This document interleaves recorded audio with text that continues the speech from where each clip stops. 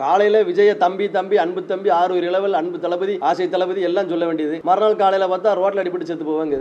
தமிழர் நலன் தலைவர் பிரபாகரன் சொல்லிட்டு இருந்தவர் இன்னைக்கு ரஜினி வீட்டுல போய் கையை கட்டி நிக்க. சங்கி அப்படிங்கிறது கெட்ட வார்த்தை கிடையாதுங்க. நாளைக்கு எங்களையும் சங்கின்னு சொல்ல வைக்கலாம். மறுநாளே என்ன சொல்றாரு மேடல், என்னைய பத்தி ஏன்டா சங்கிங்க? அவர் என்ன குழப்பத்துல இருக்காரா இல்லைன்னா என்ன ஆச்சு அவருக்கு என்னங்கிறது எங்களுக்கு புடிபடல. தமிழ் தேசியத்துல இருந்து நைஸ் மெதுவா விலகி இப்ப போய் ரவீந்திரன் துரைசாமிங்கிற ஒரு RSS காரர் அவரை கூட்டிட்டு போய் ரஜினியை பார்க்க போயிருக்காரு. சங்கினா செருப்ப கலத்தி காட்டின சீமான் சங்கிங்கிற சக தோழன்கிறாரு. டெல்லி கணேசுக்கு வீர வணக்கம் செலுத்துறாரு. நீங்க இன்னைக்கு யார் பாண்டியர் அப்படிங்கிற பேச வேண்டிய விஷயமே இல்லை. இப்போ அதெல்லாம் காலம் கடந்து என்ன 2000 வருஷம் ஆகி போச்சு. இனிமே நம்ம எல்லாரும் தமிழர், நம்ம ஒற்றுமையா இருக்கணும், இதோட நிப்பாட்டிக்கிடணும். அதை தாண்டி யார் தமிழர்னு போய் ஒரு 2 சாதிகளுக்குள்ள சண்டை இழுத்து விட்டுக்கிட்டு அதெல்லாம் தேவையில்லாத வேலையில பார்க்க. மேடைகள்ல பேசும்போது வெளியில சாதி இல்லைன்றாரு. பேசுறது பூரா எங்க நிர்வாகிகள் கூட்டத்திலயோ இல்ல உள்ள பேசுறதுல முழுக்க சாதி தான். சுப்பையா கோனார் மாமா சுப்பையா கோனார்னு சொல்லு, இதுல என்ன தப்பு இருக்கு அப்படிங்கிறாரு. எங்கிட்ட சாதியே பேசக்கூடாது, ஜாதியே இல்லைங்க. அவர் முழுக்க சாதியை தான் பேசுறாரு. அப்ப அவர் சொல்லுவாரா நான் செவத்தியா நாடார் மாவன் சைமன் நாடார்னு அவர் சொல்லுவாரா? எங்களை போன்ற இளைஞர்கள் சீமானுடைய ஆவேச பேச்சுகளை நம்பி தயவு செஞ்சு நீங்க தமிழ் தேசியம்னா தமிழ் தேசிய உணர்வுல இருங்க, தப்பே கிடையாது. தலைவரை மனசுல ஏத்துக்கிட்டு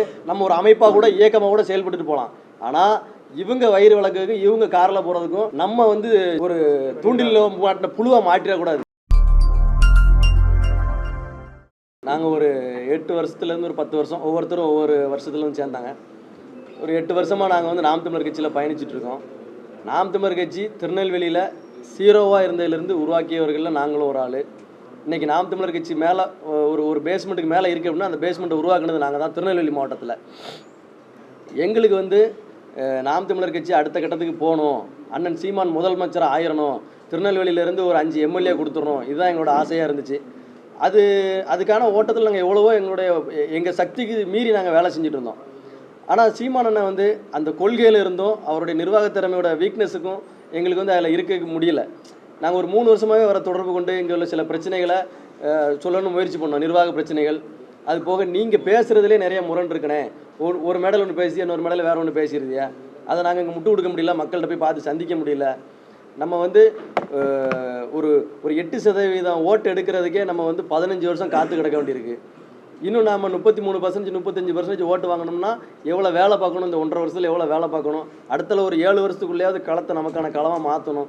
இதெல்லாம் நாங்கள் எவ்வளோ முயற்சி பண்ணோம். எதுக்குமே அவர் செவி கொடுக்கவே இல்லை. எது பேசினாலும் ஏன் கட்சிரா வெளியே போடா, இதுதான் அவருடைய தீர்வாக இருக்குது. எனக்காக தான் ஓட்டு போட்டாங்க. அவர் ஒருத்தருக்காக ஓட்டு போட்டாங்கன்னா அவராக பூத்தில் போய் ஆள் போட்டார், இல்லை அவர் துண்டறிக்கை கொடுத்துட்டு அலைஞ்சாரா, இல்லை அவர் போஸ்டர் ஓட்டினாரா? எல்லாரும் அவருக்காக போட மாட்டான். இப்போ எங்கள் ஊருக்கு போனீங்கன்னா அவருக்காக ஒரு ஓட்டு கிடையாது, எல்லாமே எனக்காக போட்ட ஓட்டு. அவர் ஊர்லேயும் அப்படி தான் இருக்கும். ஏன்னா மக்கள் எதுக்கு சீமானுக்கு ஓட்டு போடணும்னு கேள்வி கேட்காங்க. எந்த இடத்துலையும் மேடையில் நாகரிகமாக பேச மாட்டேக்காரு, மரியாதையாக பேச மாட்டேக்காரு, ஓட்டுக்கு காசு கொடுக்க மாட்டேக்காங்க. காசு கொடுக்குறது தவறு, ஆனால் மக்கள் மனதில் அப்படி ஒன்று இருக்குது. இப்போ நம்ம ஓட்டுக்கு காசு கொடுக்க மாட்டோம்னா நம்மளுடைய பேச்சிலேயாவது ஒரு கனிவு இருக்கணும், நம்மளுடைய செயல் திட்டத்தில் ஒரு உறுதி இருக்கணும், நம்மளுடைய கொள்கையில் உறுதி இருக்கணும். காலையில் விஜய தம்பி தம்பி அன்பு தம்பி ஆறு இளவல் அன்பு தளபதி ஆசை தளபதி எல்லாம் சொல்ல வேண்டியது. மறுநாள் காலையில் பார்த்தா ரோட்டில் அடிபட்டு செத்து போவாங்க. இப்போ விஜய் திராவிடத்தை ஒரு கையில் எடுத்துக்கிட்டாரு, இன்னொரு பக்கம் இன்னொரு கண்ணு தமிழ் தேசியம்னு சொல்லியிருக்காப்புல, இன்னொரு கண்ணு திராவிடம்னு சொன்னதுனாலே நான் ரோட்டில் அடிபட்டு செத்துருவோம் அப்படின்னு சொன்னால், விடுதலை சிறுத்தைகள் கட்சி தலைவர் தொல் திருமாவளவன் அண்ணன் அவர் இவ்வளோ நாளாக திராவிட கட்சியோட தான் கூட்டணி இருக்கார். சீமான அண்ணன் எவ்வளோ தான் திருமாவளவன் அண்ணன் ஏற்றி பேசினாலும் அவர் ஒரு இடத்துல கூட சீமானை உயர்த்தி பேசுகிறதே கிடையாது. அப்போ அவரை இப்படி பேச வேண்டியதானே? இப்படி ஒவ்வொரு விஷயத்துக்கும் நாங்கள் பதில் சொல்ல முடியல. தமிழர் நலன் தலைவர் பிரபாகரன் சொல்லிக்கிட்டு இருந்தவர் இன்னைக்கு ரஜினி வீட்டில் போய் கையை கட்டி நிற்கார். கையை கட்டி நிற்கார். அப்போ அவர் என்ன சொல்லுறாரு, சங்கி அப்படிங்கிறது கெட்ட வார்த்தை கிடையாதுங்க, நாளைக்கு எங்களையும் சங்கின்னு சொல்ல வைக்கலாம். மறுநாளே என்ன சொல்லுவார் மேடல், என்னைய பற்றி ஏன்டா சங்கிங்க? அப்போ இவர் அவர் என்ன குழப்பத்தில் இருக்காரா இல்லைன்னா என்ன ஆச்சு அவருக்கு என்னங்கிறது எங்களுக்கு புடிபடலை.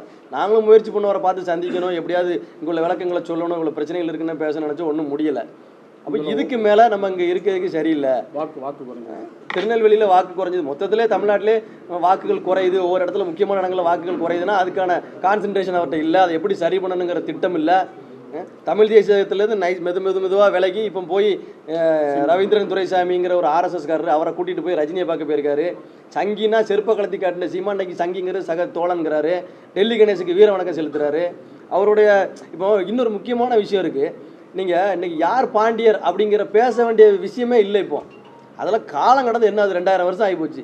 இனிமேல் நம்ம எல்லாரும் தமிழர், நம்ம ஒற்றுமையாக இருக்கணும், இதோட நிப்பாட்டிக்கிடணும். அவர் அதை தாண்டி யார் தமிழர்னு போய் ஒரு 2 சாதிகளுக்குள்ளே சண்டை இழுத்து விட்டுக்கிட்டு அதெல்லாம் தேவையில்லாத வேலையில் பார்க்கார்.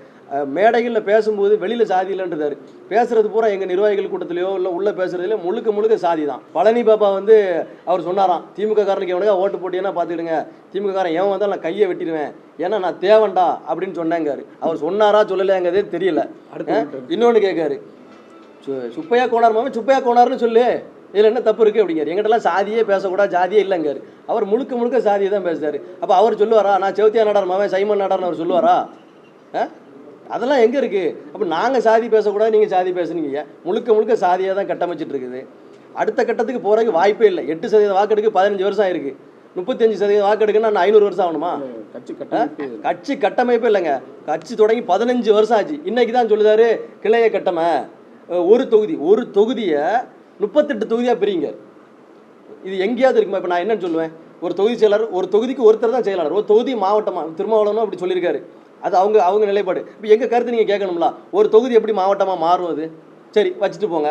இப்போது அவர் சொல்லுவார், ஒரு தொகுதியை வந்து நீங்கள் 38 பிரிச்சுனா இல்லை 2500 பொறுப்பாளர் வந்துடுவாங்க. பொறுப்பாளரே 18 பொறுப்பாளருக்கு மேலே கட்சியில் கிடையாது. ஒவ்வொரு தொகுதியிலையும் ஓட்டு 10,000 ஓட்டு விழுது, பொறுப்பாளர் 18 பேர், அதிகபட்சம் 30 பேர் ஒன்றிய கட்டிடம்லாம் சேர்த்து நீ எப்படி 2300 பொறுப்பாளர் எப்படி போடுவேன்? அப்போ உங்கள் நோக்கமே என்னன்னா கட்சியை ஸ்பீடப் பண்ணி அடுத்த கட்டத்துக்கு கொண்டு போகணுங்கிறதே கிடையாது. இப்படி பொறுப்பாளர் போட்டு லிஸ்ட்டு போட்டு கடைசி வரைக்கும் இவனு இப்படியே இருந்துடணும். நம்ம இவனை வச்சு ஒரு கூட்டத்தை காட்டி நம்ம அங்கங்கே இப்போ திமுக போய் ஒரு டேரக்டாக டீல் பண்ண மாட்டாப்புல, கீழே கூட டீல் பண்ணிக்கிடுவாங்க. இவரை காட்டி இன்னும் 2-3 பேர் இருக்கான், கட்சிக்கு சம்மந்தம் இல்லாதவங்களாம் இருக்கான், கட்சியில் அவன் இருக்கானே தெரியல.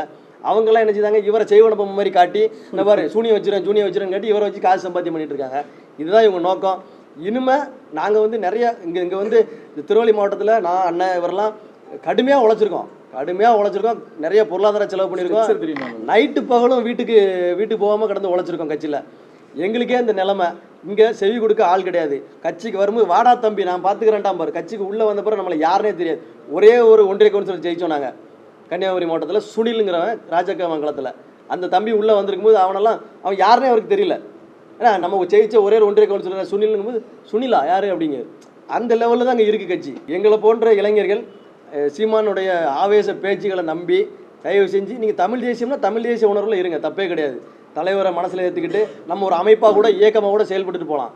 ஆனால் இவங்க வயிறு வளர்க்குறதுக்கும் இவங்க காரில் போகிறதுக்கும் நம்ம வந்து சரியான ஒரு என்ன சொல்ல ஒரு தூண்டில் மாட்டின புழுவாக மாற்றிடக்கூடாது.